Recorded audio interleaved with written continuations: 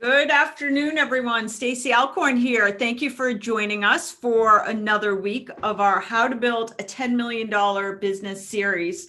I have an absolute rock star with us this week. I have with us Renee Tompkins from the Result Realty Group out of Tewksbury. This year, they have had one of their best years, almost $50 million in sales volume. Welcome, Renee. Thanks for joining us. Thanks for having me. So first of all, I'm going to have you talk a little bit about the trajectory of your business. What's going to make this call a little bit different than some of the other weeks that we've done the How to Build a $10 Million Business. And that's why I love having all different perspectives of the people that we're interviewing. Renee, basically tell us the trajectory of your career and then where you are today, because basically you're not really out there selling real estate anymore. You're just coaching your team members to greatness, building something spectacular. So with that, tell us about your business. When did you start real estate? Why did you start real estate? And then tell us about the trajectory of your business.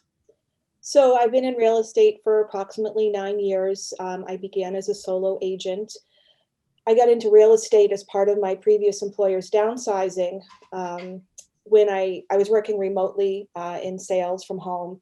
And when I got the call that my position was being eliminated, I immediately felt that my path was clear.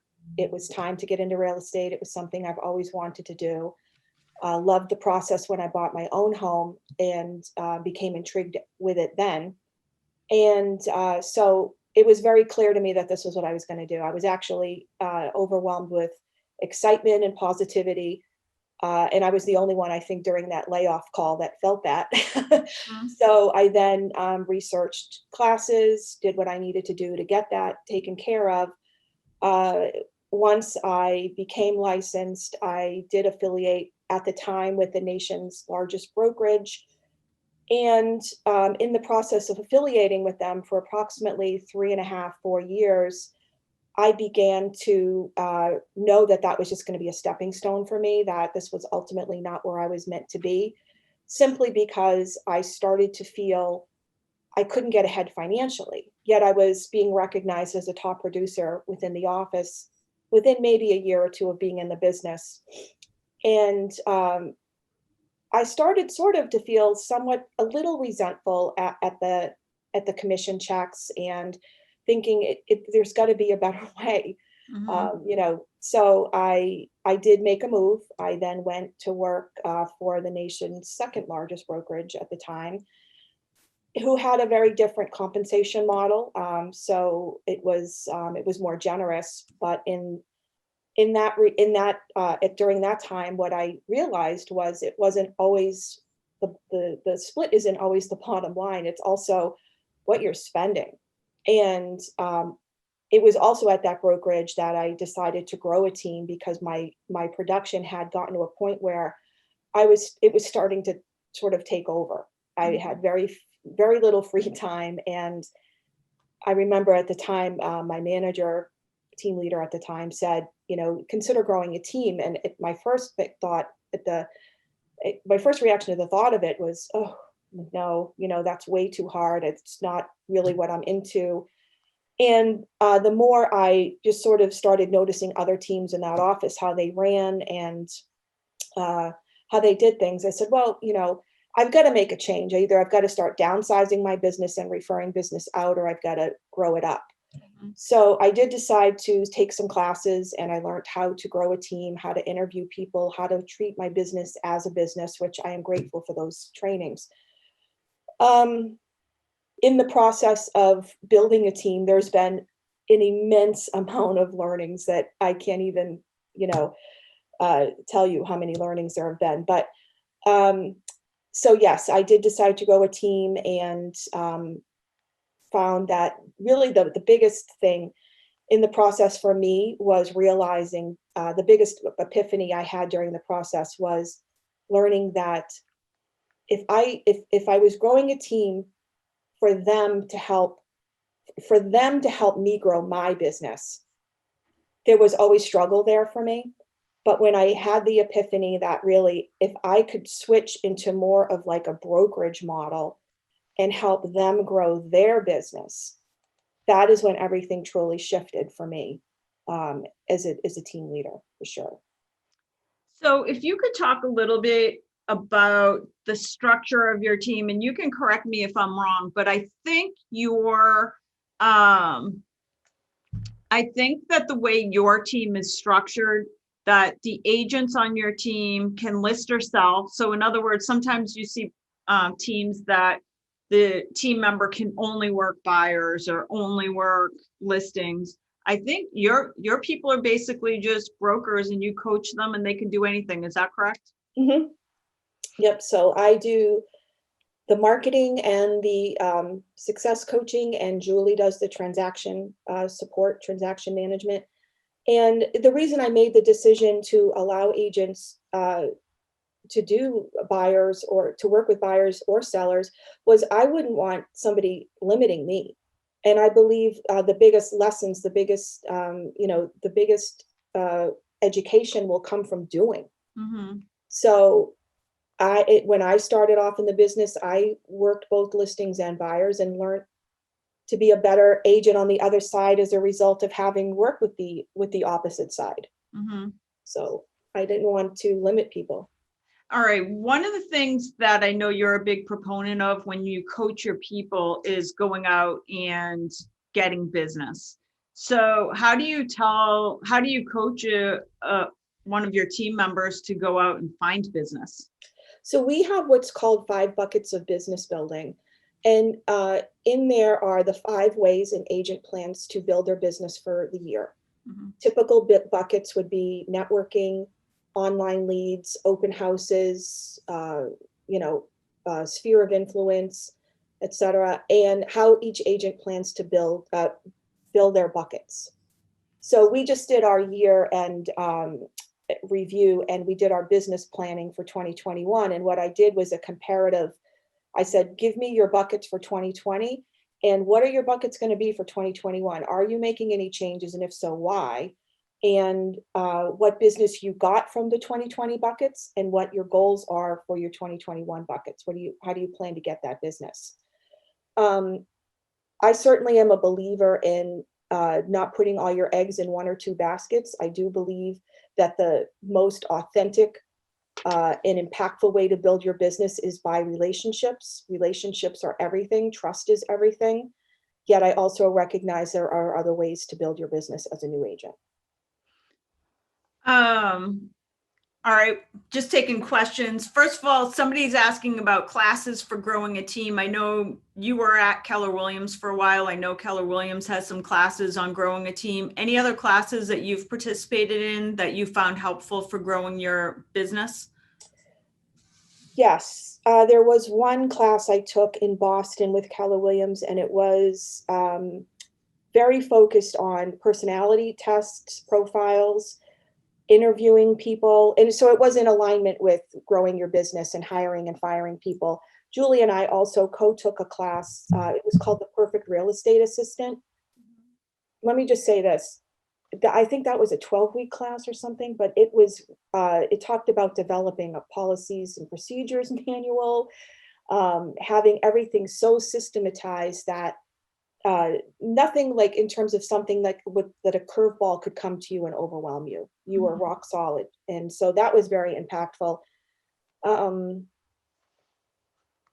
want to say, and also get a really good accountant, because having a really strong accountant that's versed in real estate will be like a gift to you. Have an initial consultation with the accountant, find out about your taxes.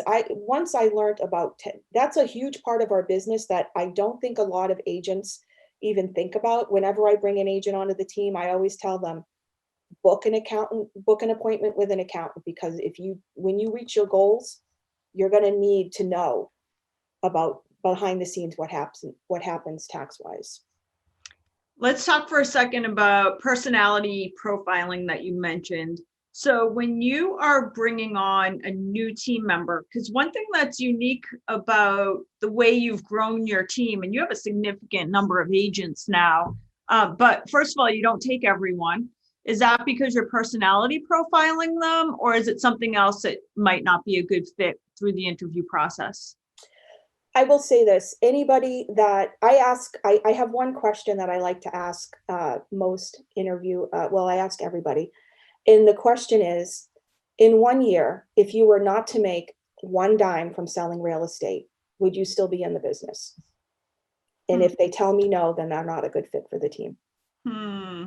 Because I need to be, and I'm not saying that people aren't making money on our team. I'm just talking about the level of commitment. Oh, I that's need to be with interesting. people who are all in. That's awesome. And I would love your take on one of the things that I think in this business is nobody really coaches real estate agents on how to find a real estate brokerage that is a good fit or a team that is a good fit for them. How do you coach somebody into figuring out? Because what's awesome about you is you admit, you say, hey, our team is not for everybody. We're going to decide together if you're a good fit for the team. Any advice that you have for real estate agents on what they should be looking for when they're shopping for a brokerage or a team? So I always believe that I work for the agents do not work for me. And as a result of that, I'm paid for my time. I want to make sure that the agents feel that they are receiving value as being part of our team, Mhm. that they are receiving the coaching they need and deserve if they choose to have it, that they are receiving the marketing support, the transaction support, whatever. But yes, if an agent is seeking something or just doesn't vibe well, typical for me, I would say somebody that doesn't vibe well with us tends to be someone who's very egocentric. Mhm. That's not a good fit for us. That doesn't mean it won't be a good fit for Layer or another brokerage. It wouldn't be a good fit for us. So people who are good fits for us are people who tend to thrive in a collaborative environment, people who appreciate support and who have clear goals that want to build award-winning businesses and get out there and make it happen. If they're looking for the magic pill to success, we're not it.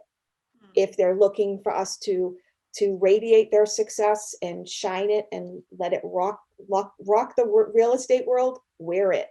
Mhm. But we're not the magic pill. So I've seen some agents come over to your team who are agents that have struggled for a while in their business. They come over to your team and they do phenomenal. What do you think that is? Do you think that's accountability? Is it that you've told them where to go find a magic spring of leads that they start to do well? Why is it they struggle for years and then when they come over, they seem to really grow? So for us, I believe if it's a solo agent that has joined us, typically I will say our vibe is so authentic and it radiates and permeates through who we are, right? So people who have joined us as solo agents tend to say, geez, I wasn't even seeking a team and I joined your team because you also allow me to operate as an individual. I don't even have to brand to your team if I don't want to brand to your team. And I love that. Solo agents have been in the business that already have their own thing going, but tend to miss the collaboration and support. So are like, yeah, but if you join a team, it's their way or the highway, or that's not who we are. We're actually pretty laid back in regards to that. But in terms of growing people, I would say most of it's the vibe, right? It's just the fact that we have this private group and on Facebook, and I can go in there and post something, and people needing coverage for showings. Yep, I've got your back. But it's also just being authentic during a team meeting and saying, any fail forwards this month that anyone want to share. And I'm usually, my hands up and I share, and which invites more conversation across the board. So growing agents, yes, and I also do provide coaching. Success coaching happens twice a month, and it's accountable to numbers, the actions agents are taking behind the scenes to reach those numbers, and then with an open window for conversation. But it's all in alignment with their goals. And part of when I bring an agent on the team, I have them fill out a goal worksheet, but also determining what their big why is. Why are we here? What are we doing? Why are you in business? Why were you inspired to get your real estate license? And then honing in on their personal goals. I have them define 3 goals. One is business related, maybe two, but one needs to be like, what is making you tick?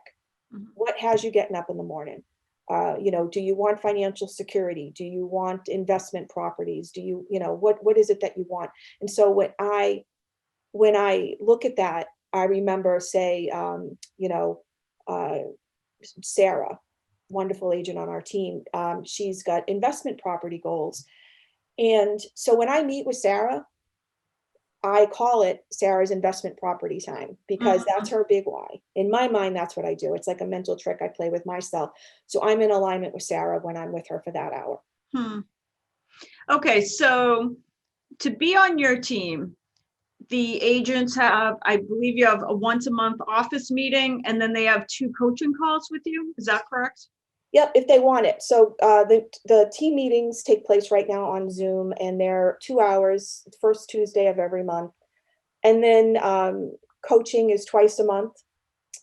Every month I send out a schedule so everybody's clear on what I'm doing and what my schedule looks like. And then we are starting in 2021. We're also doing monthly or every other month masterminds. Mm-hmm. And we're doing them we're last Tuesday of the month. So every week there's something happening if they want to partake in it. Okay, so that was the next question. If somebody doesn't attend the meetings or doesn't want coaching, you're fine with that too? Yeah, I mean, for the most part, I will say if somebody's not doing any business and not partaking in anything, then at some point I'll catch up with them and find out, I just want to touch base with them and find out if they're still even what their goals are, what their plans are. Okay, so when you're coaching your agents, so number one, you work on a business plan with them. You give them the 5 buckets to go get business. You guys take care of a great deal of the marketing for them. Next part is like database. What do you tell your agents to do about making sure they have a database and staying in touch with their own people on a regular basis? So I do encourage we call it the agent bundle, the $39 a month website, Exact and Real Scout. It's a phenomenal deal. However, before Exact came about, we were fairly frequently having the conversation about, well, what CRM are you using? What are you doing? And finally, I said, the best CRM is the one you use. It could be an Excel sheet. I don't care what it is. Just make sure it's something that you're using consistently. You know how to use it and you're using it. So whether you time block a day, an hour, whatever you choose to do, make sure your database is like your pile of gold. These are people that are more apt to refer business to you if they are coming from your sphere, your past clients. Nurture that, stay in touch with that, but mostly learn how to use it and use it. Yes. What does it take for you to tell somebody that they're not a good fit for the team anymore? That is a hard conversation because I do always look at it as a failure on my part.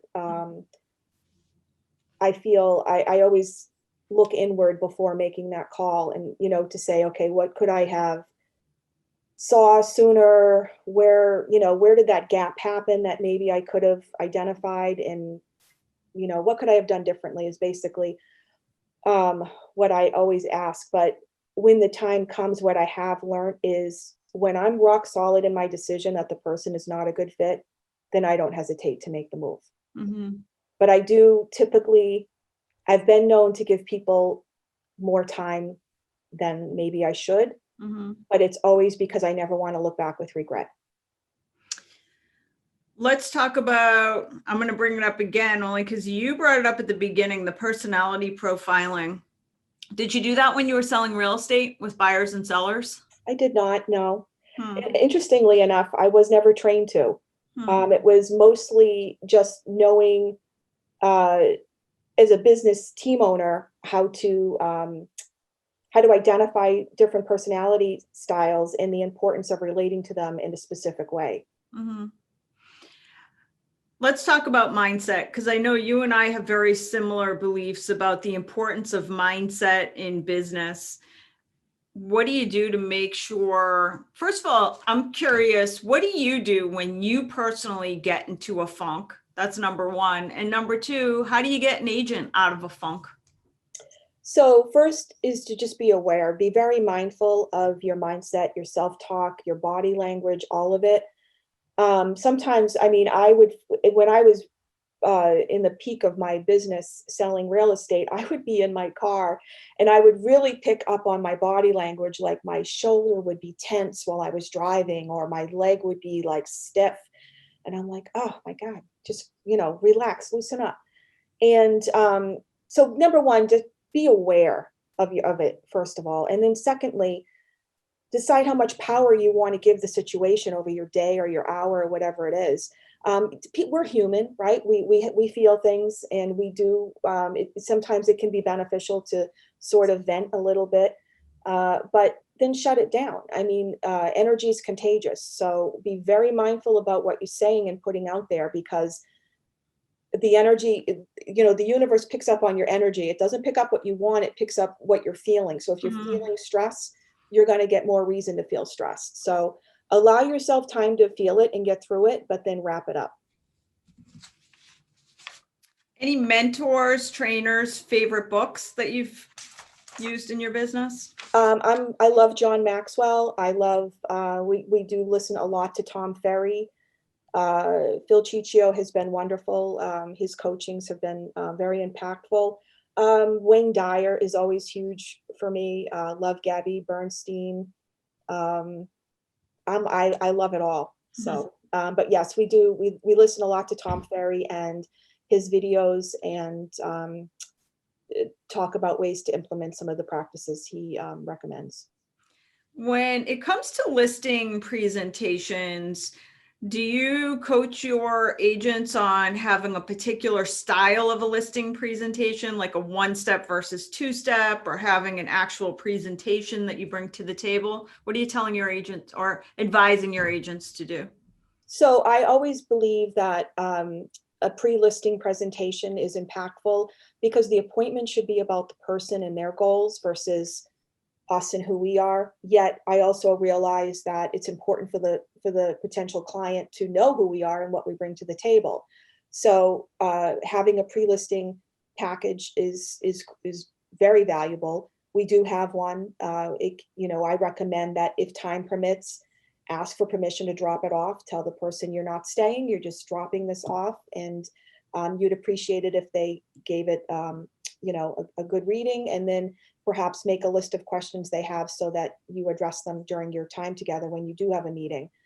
We do have a digital listing presentation that we can present during the listing. And this comes back to personality style. So knowing your audience. So if you have somebody that wants all the bells and whistles, absolutely. But you may not have that person. You may have a high D who's just like, get to it. I just want to know what my house is worth. So knowing your audience is crucial.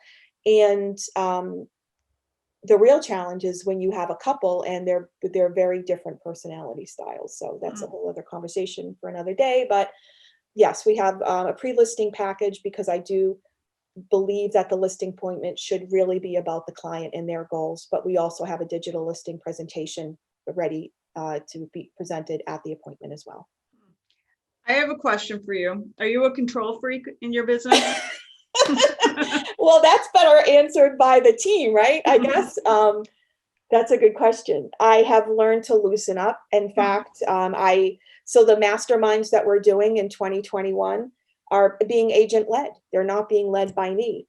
But as far as marketing goes, I am an absolute control freak and obsessive about it. But that's why what's so interesting to me about you is, like, you became a marketing expert, basically. Like, you went out and learned it, right? Instead of going out and saying, all right, I need social media, so I'm going to hire somebody to figure out social media for me. You went out and like learned Adobe and how to make beautiful stuff. Well, it was a result of just not loving it. I don't like a lot of other stuff, so I wouldn't put my name on that, and I Yeah. wouldn't pay somebody to do it. So then I said, okay, so what do I love? Like, what pieces do I love? And let me try to mimic that as closely as I can and design it. And it works. Super interested in how a day, like what is your average day structured like? So I am a huge fan of an hour of power in the morning. So that's positive mindset, stretching, some movement, water, everything. My mind is sort of, I believe what happens in the first hour of your day can sort of manifest itself throughout the rest of your day. So starting the day off right is super important. So I have a visual board that I have on Pinterest that I look at. It's just a collection of positive affirmations and quotes. And again, stretching, moving, and really just focusing on gratitude is so impactful to me. One of the things that I'm interested in hearing from you, one of the big reasons why people join your team is because of the culture of your team. With COVID-19, it's harder. Like you used to be the queen of getting your people together and having luncheons and events and meetings and vision boarding workshops. And COVID-19 threw a wrench into that. How do you maintain culture when you can't be together anymore? So again, it's the connection, right? So, and that's one of the things we talked about in our team meeting today was, one of the things I have taken for granted in the past was the power of the connection, right? And so when it changes, it like really opens your eyes and your mind to how important connections are. So yes, we do it differently. We meet by Zoom, we talk on the phone, we have our Facebook private group, we're texting. The interesting thing when COVID first started is I felt more connected to the team than ever because it was like almost like the connection was more needed. So we were, how you doing today? What's happening? We even we did a Mindset Monday thing for a while where we were just watching inspirational videos. One agent would pick a video every week and we would watch it ahead of the call, but then talk about it and how it impacted us and so little things like that actually kept us in tune with each other. And, we've become a family of sorts. Yes, we do work together, but we trust each other. So I think the connection is definitely there. It is different. And I was saying that today, it is different. We can't say it's not. But hey, tearing up on a Zoom meeting because of an impactful conversation, that's a connection that you have and a level of trust that you can go there with people, and we have that. You work with your spouse. How do you like make that work? It's hard working with the spouse. I can attest to it. Like to spend, all day, every day you're working and you have your spouse. How do you balance that and how do you make it work? So I have to say, I am so grateful because really, like when Julie was a hygienist, dental hygienist for many years, and she was given an opportunity to lay off, or she didn't want to relocate to another office. So she took the layoff, and I said, this is a perfect time. I was getting ready to start interviewing admins, and the thought of, paying 40 grand out of pocket or whatever it was going to be, I said, she has such she's like I can be a procrastinator by nature. She's like, get it done, do it. She's got my to-do list completed before I've even done it. So she's definitely somebody who's got a good eye for details, and her work ethic is just like impeccable. So that was never an issue. And then I'm like, okay, we're married. So yeah, when we first started, we would talk a lot about the business, and finally it was like, 8 o'clock at night, and I'm like, we need to zip it up because I'm done. Like, I didn't want to continue. I didn't want it to be like, it was funny when I came home and she was in hygiene, we would talk about our days. But now it would sort of started to be like, all we talked about was real estate. And so finally I'm like, hey, after 8 o'clock, we're out, Right. and it's, so that does work for us. And, it's, but because I feel like I'm in business with somebody that's got their heart and soul into it, just like I do. Mm. Like I would rather have that and have her by my side, knowing that I can wholeheartedly trust this person with anything, than pay somebody not really 100% sure, hopeful, but not sure. And then 2 years down the road, they're out. And Right. now I've got to start, so it does, yes, I can't say that it doesn't come with some challenges, but I would totally choose Julie 100% over Mhm. another scenario. When it comes to coaching your agents, I love your thoughts. I'm a huge fan of trying to get agents to only work with buyers if there is a signed buyer agreement. What are your thoughts? How do you coach your agents when it comes to buyers? So again, I will always be authentic to what I've done. So I have not always used them, and I have used them. So um, they definitely outline and solidify the relationship, right? They clearly define the role of the agent as well as the client, right? So, and it does put some sort of professional expectation that, and it solidifies things. So I do agree that there's that's all good. Mhm. I've had some buyers that I've met with that have been like, no, I'm not signing. They wouldn't even sign a mass mandatory. So, try to get them to sign a contract, Yes. forget it.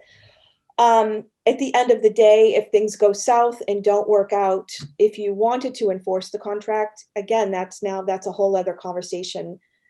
Would you even go there? You might, Mhm. but so yes, the upside is that it puts a professional expectation and tone on the relationship, which is all good. Mhm. But again, if things go south, you'd have to take legal action or, Yes. enforce it. So. Do you have any tips or tricks for having a successful open house and making sure buyers can convert business from an open house? Yep. So when I first started doing open houses, mistakenly, I was a babysitter of the listing, right? I would even have their MLS sheets Mm. out, and I'm like, this doesn't seem right, right? It didn't feel right. So I am a true believer in open houses. I love open houses, and in starting out in real estate, they were approximately 35% of my business in the first and second year, and the reason is I treated it as an opportunity, regardless of who walked in the house, I could have cared less. I was going to use the opportunity to have conversation with people that I didn't know about real estate. That was my goal. And so I would develop scripts. Once I realized, okay, this isn't a babysitting thing. Like, I'm going to use this as an opportunity to get business. So how do I get business? Number one, I've got to develop some scripts that engage people in conversation, that make them want to talk to me.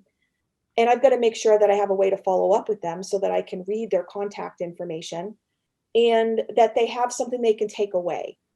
So what I started to do was I developed my own buyer flyer, I called it, which was a list of why someone would want a buyer's agent, how buyer agents are paid, and the advantages to having them, along with my contact information. So I would leave them around the house. And I did get business as a result of having this. And also, I started watching YouTube videos on other agents that were known in the business for, successful open houses. I Mhm. also said, okay, and not only do I want buyer business from open houses, I want seller business from open houses. So how do I get that? Mhm. So I started doing door knocking, phone calling, exclusive, neighbor only. I was in my first office. I started getting business. Again, other agents in the business or in the office would come to me and say, "Hey, could you host my open house this weekend?" Perfect. And so I would say, this is the feedback. I'm going to encourage second showings. So there was a level of confidence when somebody would come to me knowing that I would do a good job with their open house. And I would just say, listen, can you reverse prospect the listing for me so we get it out there? And yes, that's great. They did. Mm, But so yes, I would develop, and Julie was always there with me critiquing, like, you're talking too fast, or, mhm, your body language is, so, which was invaluable to me. The first time I converted business from an open house, it was probably 8 months later. I didn't do anything for 8 months. I just kept talking to people about real estate. But I'm thinking, no referral fees. What's the worst? The 90 minutes of my time.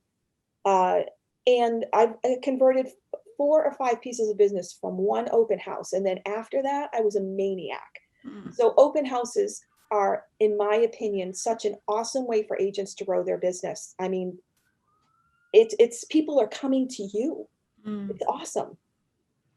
All right, we have a question coming in off of our Facebook page. Looks like an agent looking for advice. How do you handle a seller who won't reduce the price and wants to now pick another agent? So hmm. So first, I would always identify the core issues. So um, always, people tend to want to go elsewhere because there's a lack of faith or trust in you. So at some point during this process, a gap has happened. So here's what I would say: always don't allow. And I'm not saying the person asking this has allowed a gap, but I would say have weekly check-ins with your clients. Even if you've got nothing much to share, always let them know what you're doing on their behalf. If you're doing a mailing, let them know. If you reverse prospected in MLS, let them know. Like, let them know every single thing you're doing to get their listing sold. Facebook posts, Facebook boosted ads, whatever it is, networking, virtual networking. You're asking your lenders to send out the email. You're having a lender at the open house, whatever it is. Make sure they have 100% trust in you that you are going to get their listing sold. Um, if they want to list it with another agent, I mean, I I personally am a firm believer in the contract. A listing contract has been signed unless you have done something that is incorrect, where you've actually cost them money or done something that you should not have done. They should honor the contract. During that time, however, though, you've got to maintain a strong level of trust, and that comes from communication. All If right, there's lack of communication, there'll be lack of trust. awesome answer. Only a couple more questions for you. Any mistakes that you've made in growing a team that you could offer other agents who are thinking about building a team? Me personally, my mistake was thinking they worked for me. Hmm. In my team, the shift, as I said, I made was that once I shifted my mindset and realized that really Julie and I work for the team, they do not work for us. Mhm. Things started flowing much better. If anyone's interested in growing a team, they have an open invitation to contact me. I'm glad to chat with them in more detail about my experience. But I would say, define what it is that give some thought to how you want your team to run. There's so many different models out there. We run ours closer to a brokerage model, Mhm. but there are team leaders out there that are extremely busy and bring on people to help support their business, and that may work for them. So there's so many different ways you can go.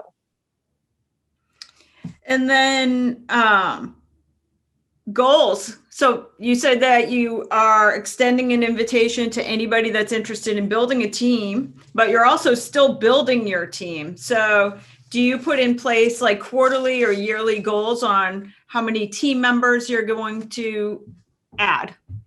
So I don't necessarily do it quarterly. I do it yearly. So for 2021, my goal is to add 6 additional agents to the team. And the reason why it's important to me to do it in increments that are manageable is that I don't want to be a team just for the sake of having 35 agents on the team. That's not who we are. I want to be able to provide quality leadership, coaching, and support to the agents.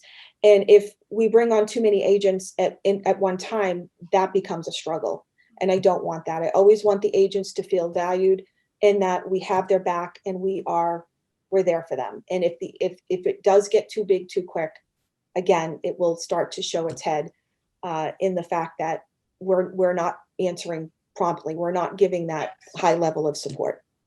And then last question, what are you telling your agents they should be doing now? Like December, January?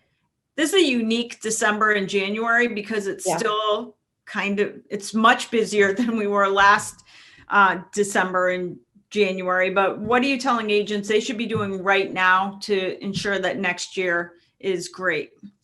They should definitely be working to build and solidify their foundation. So the agents on the team that don't currently have the agent value pack that I call it $39 a month, the website, the exact CRM, and the Real Scout, get signed up for that. If you have a goal to get a license in another state, get that going. If you have a goal to get your education improved by way of either designations or just courses, get that done. This is a time of year that I personally also work on my foundation. So systems and practices that have been put off because we couldn't do it when we were so busy. Now is the time. And to really, as I said, we did our business planning for 2021. We actually did it in November, and it was very detailed. And part of that was to look at their finances. It was to look at, as I call the 5 buckets of business building. What were they in 2020? Are you making changes to them in 2021, and why? What business came from each bucket in 2020, and what is your goal for 2021? We also talked about personal goals, their big why. Again, why are we doing this? But yes, 2021 goals is six new agents and about 60 million in production, and 3 years down the road, another office. And then one question just came through. Somebody's asking, how many agents do you have on your team now? 18. 18. Awesome. Well, that's including Julie and I, so 16. Yes. Awesome. And then any last words of advice for individual agents or teams watching today's program? Be all in with what you're doing, however you decide you want to grow your business, whether you want to join a team, build a team, or you want to be solo, whatever it is, dive in and commit to it, and trust the journey. Don't react necessarily. Don't get panicked when times are a little slow. If you're doing all the right things, if you have your weeks planned out correctly, new business development, marketing, etc., then trust the path and the journey that you're on, and don't react to it in a negative way. And again, be all in, because when you're all in, success is inevitable. It will happen. I love that. Trust the process, not necessarily the daily results, because the results are eventually going to come if you just work on that process. Yeah. That's awesome stuff. Renee, you are amazing. You inspire your people. You inspire everybody around you. Thank you so much for being part of our company, and thank you for sharing your time today. Thank you so much for having me. Happy holidays, everyone. Thank you, everybody, and tune in next Tuesday, same time, same place, for our How to Build a $10 Million Business. Thanks, everyone.